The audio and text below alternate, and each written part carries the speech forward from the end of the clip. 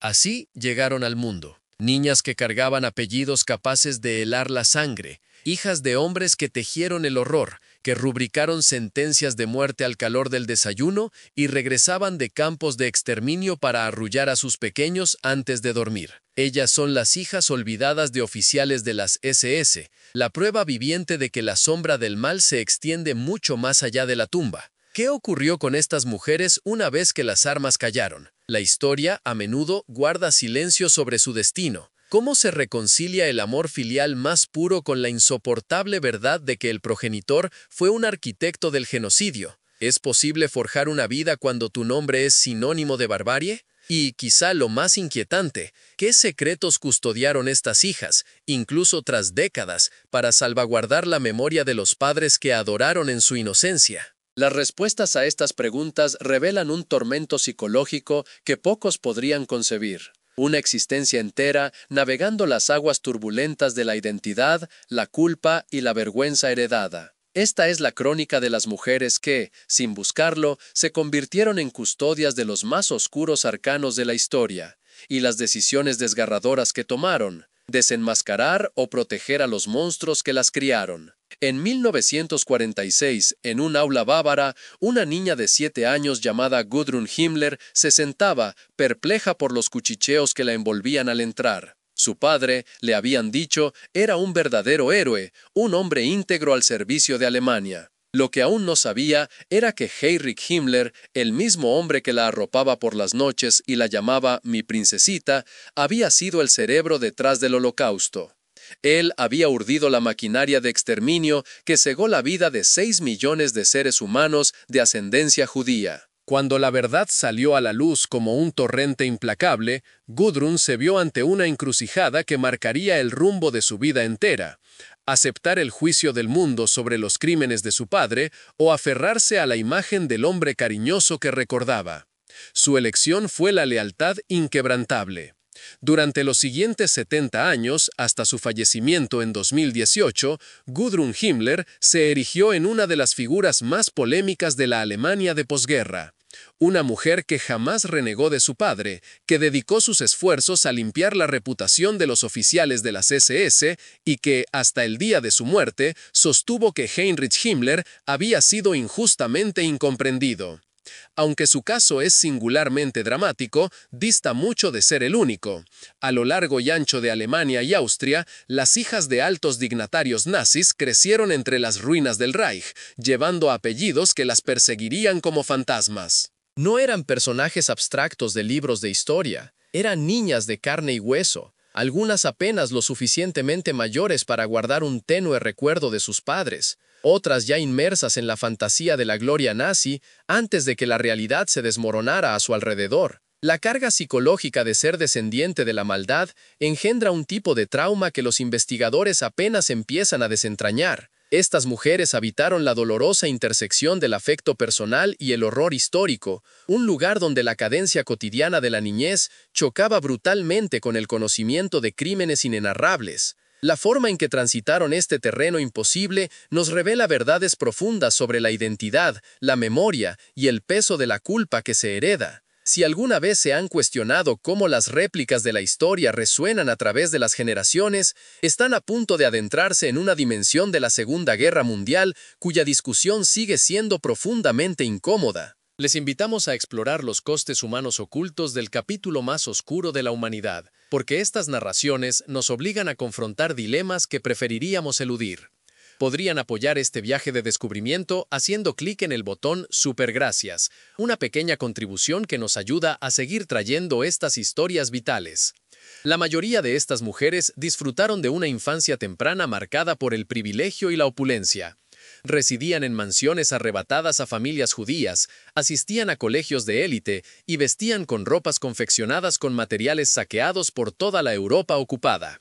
Sus padres regresaban de jornadas laborales, tareas que implicaban decidir quién vivía y quién moría, quién sería gaseado y quién sería explotado hasta la extenuación, para transformarse de nuevo en padres amorosos, jugando con sus hijas en jardines, donde, en ocasiones, la ceniza de los crematorios cercanos caía como una nevada silenciosa. Niklas Frank, Si bien era un hijo y no una hija, describió más tarde esta dualidad brutal. Su padre, Hans Frank, gobernador general de la Polonia ocupada y responsable de millones de muertes, era recordado por sus parientes como un hombre encantador y cultivado, un amante de la música clásica y coleccionista de arte.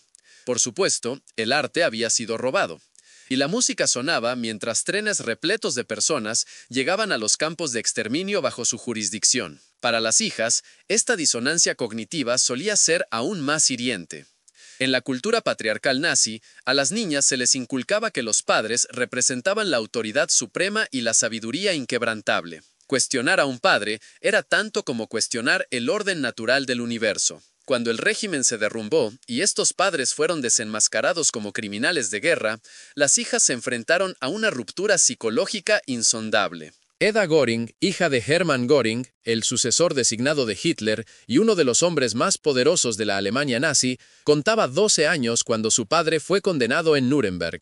Había sido la predilecta de su padre, consentida y adorada, criada en el más suntuoso de los lujos. Cuando Göring se quitó la vida horas antes de su ejecución programada, Eda quedó con una identidad hecha añicos, como un jarrón de fina porcelana caído al suelo. Dedicaría las siguientes 7 décadas a defender la memoria de su padre. En entrevistas concedidas en los últimos años de su vida, insistía en que los juicios de Nuremberg habían sido injustos, que su padre había sido víctima de la justicia de los vencedores, que el hombre que había supervisado el saqueo de Europa y contribuido a planificar el Holocausto, simplemente había acatado órdenes y protegido a Alemania. Falleció en 2015, sin haber reconocido jamás los crímenes de su padre, llevando consigo esa firme convicción hasta el último aliento. El mecanismo psicológico en juego es de una complejidad asombrosa.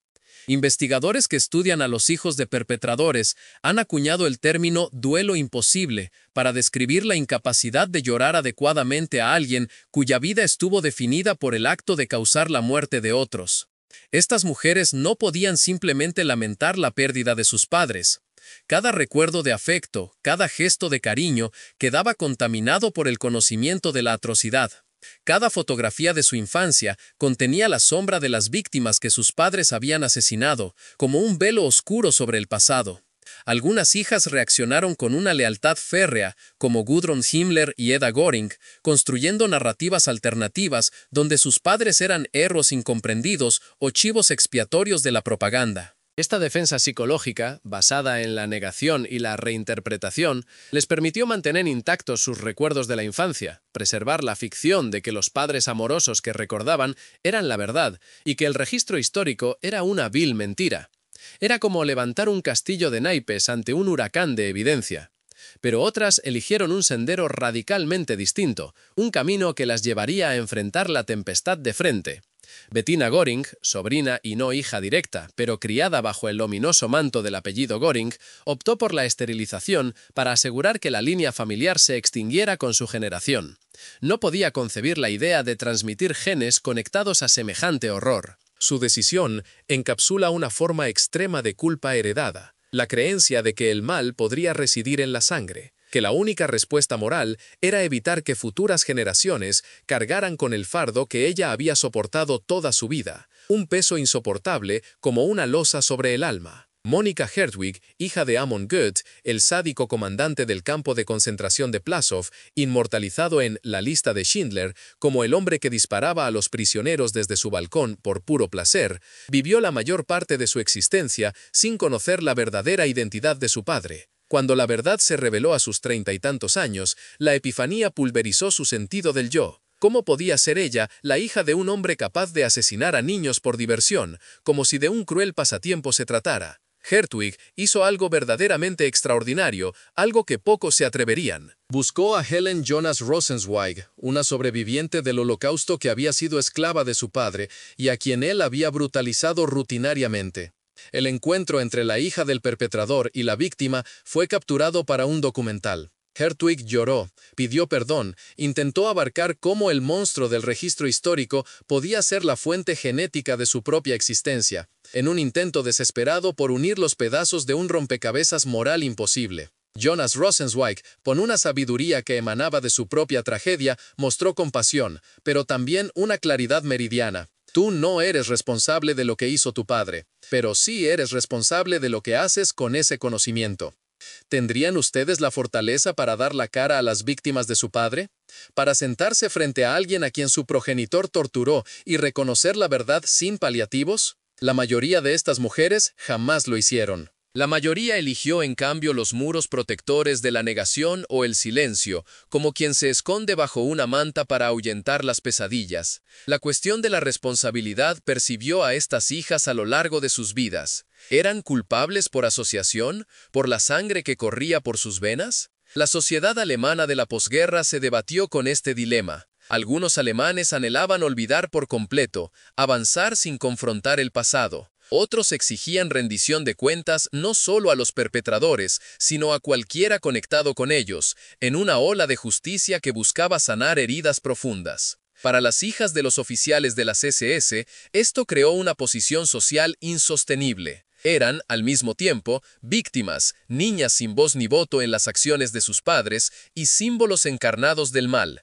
recordatorios andantes de la vergüenza de Alemania. Muchas cambiaron sus nombres, se mudaron a otras latitudes, construyeron identidades completamente nuevas en un intento desesperado por escapar de su herencia, como quien intenta borrar una sombra que se aferra a sus pasos. Katrin Himmler, sobrina nieta de Heinrich Himmler, acabó casándose con un hombre israelí, cuya familia había sido exterminada en el Holocausto. Escribió extensamente sobre la carga de su apellido, sobre vivir con la conciencia de que su tío abuelo había orquestado la muerte de los parientes del hombre que amaba. Su trabajo representa un intento de confrontación, en lugar de negación, un reconocimiento valiente de que el pasado no puede ser borrado, sino que debe ser comprendido y asumido con todas sus consecuencias. Pero por cada Katrin Himmler, hubo muchas más que permanecieron sumidas en el silencio o la actitud defensiva. En la Alemania de posguerra, una red de antiguos nazis y sus familias mantuvo el contacto, ofreciéndose apoyo mutuo y reforzando narrativas de inocencia o victimización.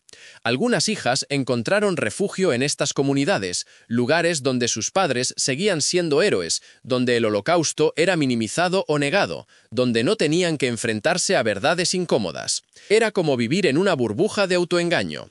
Gudrun Himmler se involucró activamente en Stille Hilfe, o Ayuda Silenciosa, una organización que proporcionaba asistencia legal y financiera a criminales de guerra acusados. Visitaba a ancianos oficiales de las SS en prisión, ayudaba a sus familias y trabajaba para impugnar sus condenas.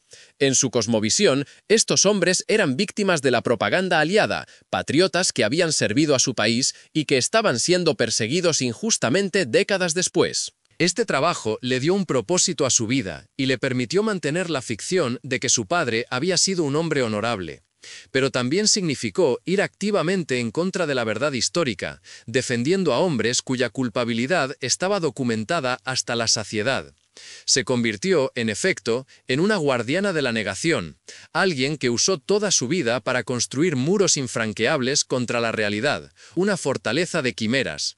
El coste psicológico de una negación tan sostenida es difícil de cuantificar, pero sin duda inmenso. Vivir una mentira de esa magnitud exige un esfuerzo mental constante, una supresión perpetua de la duda, una evitación sistemática de la evidencia. Implica aislarse de vastas extensiones de la experiencia humana y del entendimiento moral.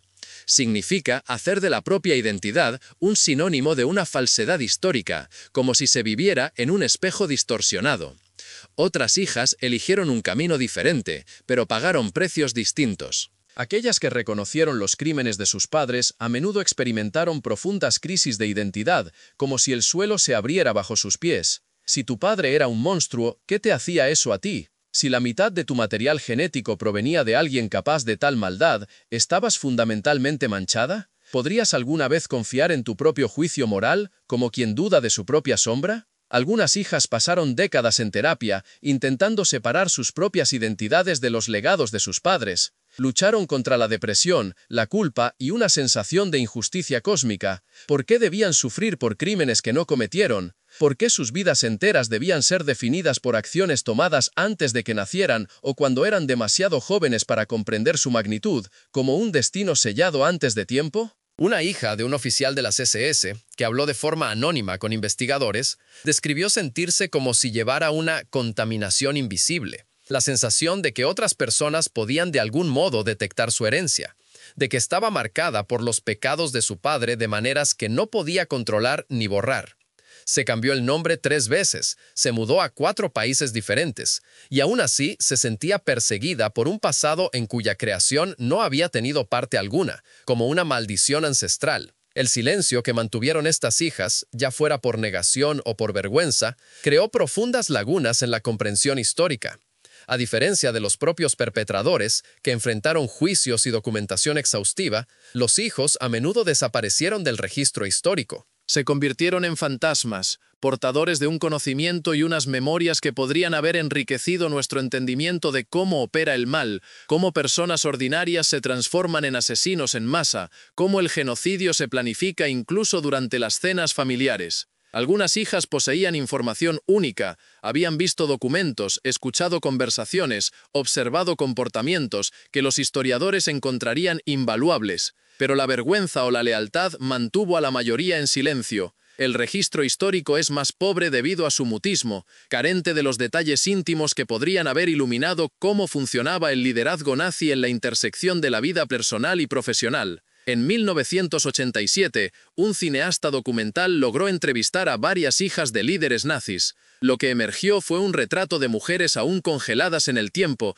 todavía defendiendo o negando, incapaces de procesar por completo lo que sus padres habían perpetrado. Una mujer insistía en que las fotografías de los campos de concentración eran falsificadas. Otra afirmaba que su padre había intentado detener las matanzas, pero había sido desautorizado. Otra simplemente lloró y se negó a hablar, presa de un dolor inarticulable. El cineasta observó que ninguna de ellas había buscado a sobrevivientes, ni visitado los monumentos conmemorativos del Holocausto. Habían construido sus vidas en torno a la evitación, sin confrontar jamás la realidad plena de aquello en lo que sus padres habían participado, como avestruces con la cabeza bajo tierra. Esta evitación fue tanto una autoprotección psicológica como una falla moral. Al negarse a mirar, permanecieron cómplices de una manera diferente, no en los crímenes originales, sino en la negación continua de la verdad histórica, prolongando la sombra del pasado. Si hubieran nacido con una herencia tan espeluznante, ¿tendrían el coraje de enfrentarla?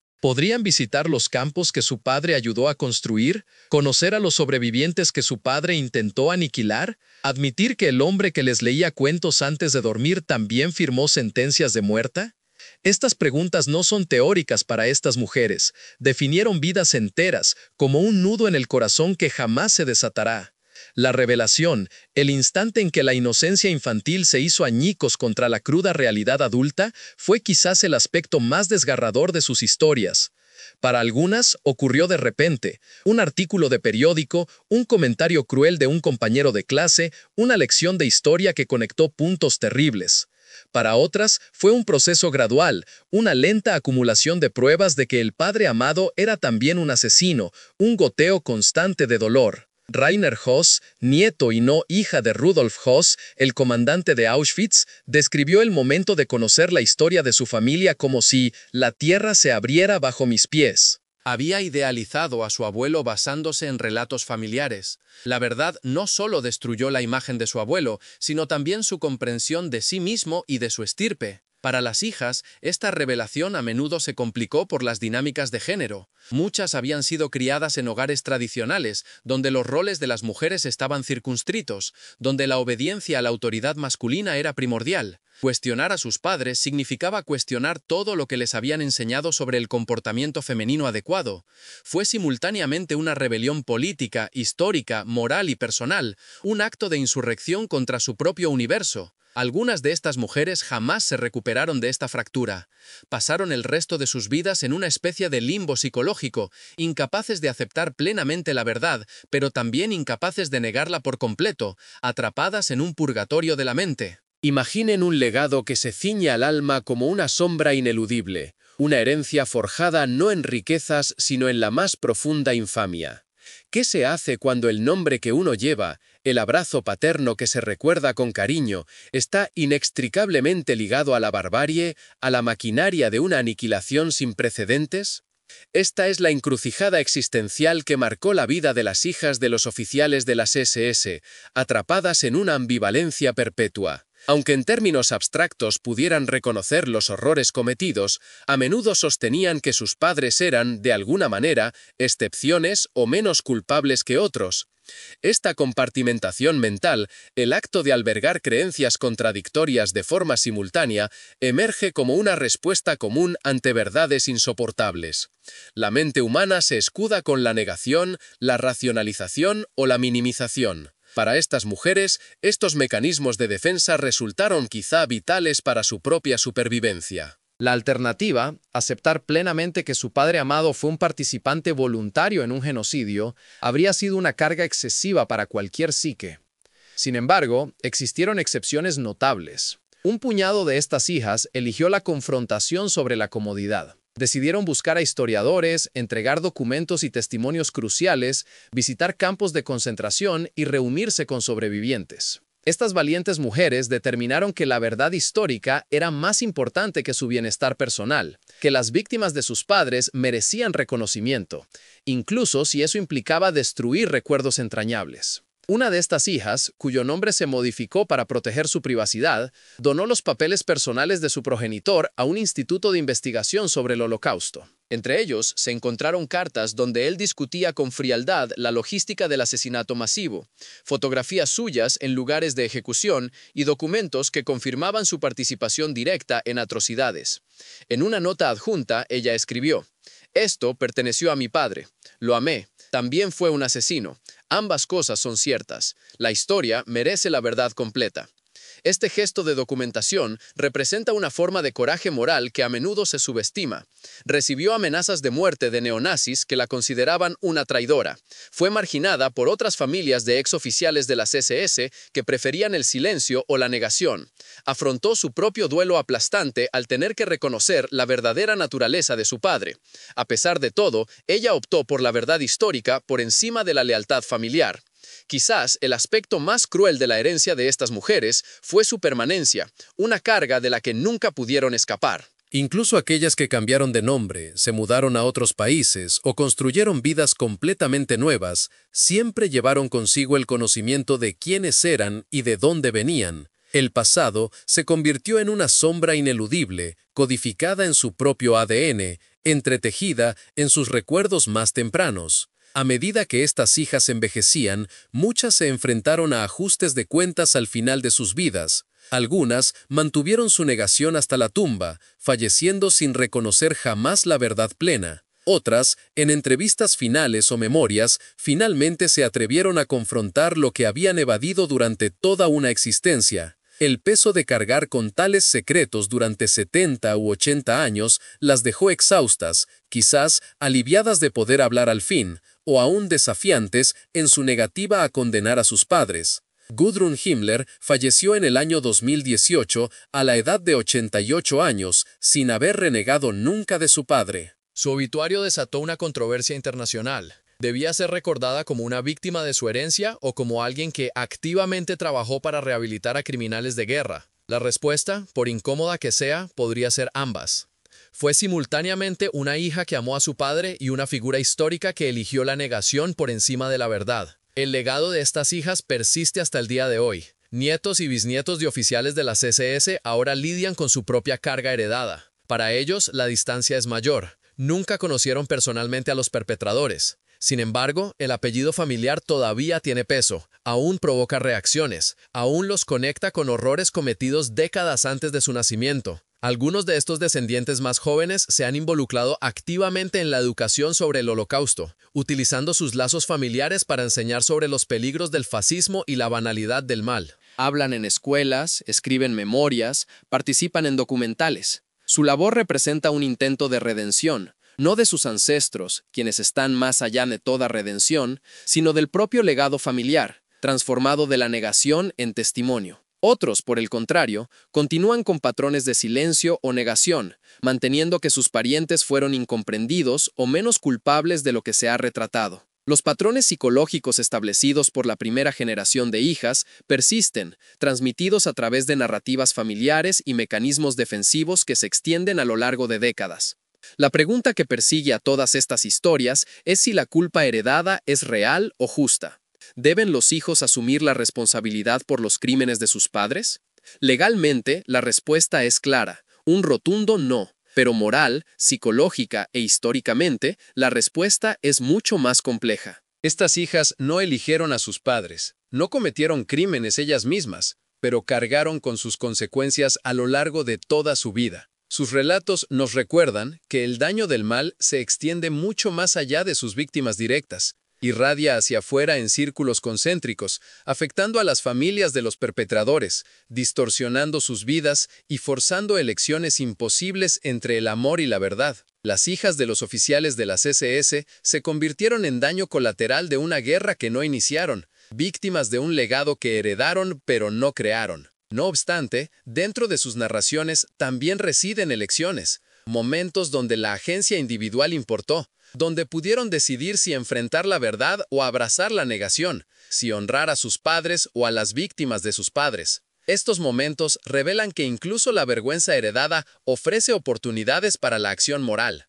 Las hijas que eligieron la verdad, que donaron documentos, que se reunieron con sobrevivientes, que reconocieron la realidad, transformaron el victimismo pasivo en testimonio activo. A medida que las últimas de estas hijas desaparecen, sus historias se deslizan de la memoria viva a las páginas de la historia. Pronto no quedará nadie que haya conocido personalmente a los arquitectos del Holocausto, nadie que los llamara padre, nadie que los recuerde preparando el desayuno antes de partir a los campos de exterminio. Esta distancia podría permitir una comprensión histórica más nítida sin el velo de la lealtad personal o la mitología familiar. Pero también perderemos algo invaluable, el conocimiento íntimo de cómo funciona el mal en los espacios domésticos, cómo se comportaban los asesinos en masa como padres, cómo el genocidio fue compartimentado y normalizado en la vida cotidiana. Las hijas llevaron este conocimiento, ya sea que eligieran compartirlo o no. Su silencio preservó secretos. Su testimonio iluminó rincones de la historia que los documentos por sí solos no pueden alcanzar. Las olvidadas hijas de los oficiales de las SS nos obligan a confrontar verdades incómodas sobre la herencia, la identidad y la responsabilidad moral. Nos recuerdan que los capítulos más oscuros de la historia proyectan sombras que se extienden por generaciones, que los hijos de los monstruos se enfrentan a decisiones imposibles, que el amor y el horror pueden coexistir en el mismo corazón, el mismo hogar, la misma existencia. Parecían personas comunes, pero su carga era extraordinaria. Sus decisiones moldearon cómo recordamos una de las horas más sombrías de la humanidad. Algunas eligieron la negación, protegiendo a los monstruos que las criaron. Otras optaron por la verdad, por dolorosa que fuera, por devastadora que resultara para su propio sentido de identidad. Y muchas eligieron el silencio, sin negar ni reconocer plenamente, habitando el espacio gris entre ambos extremos. ¿Qué habrían escogido ustedes? Si la persona que les contaba el cuento antes de dormir hubiera orquestado un asesinato masivo, si el hombre que les enseñó a montar en bicicleta hubiera firmado sentencias de muerte, si su padre amado fuera el villano de la historia, ¿qué harían con ese conocimiento? Estas hijas se enfrentaron a esa pregunta cada día de sus vidas. Sus respuestas, o su negativa a responder, siguen siendo parte del legado más difícil de la historia. Los pecados de los padres se convirtieron en la pesada carga de las hijas, arrastrada a lo largo de décadas, rara vez discutida, nunca resuelta. Y en su lucha, vemos reflejadas nuestras propias preguntas sobre la culpa, la responsabilidad, el amor y el terrible peso de la vergüenza heredada.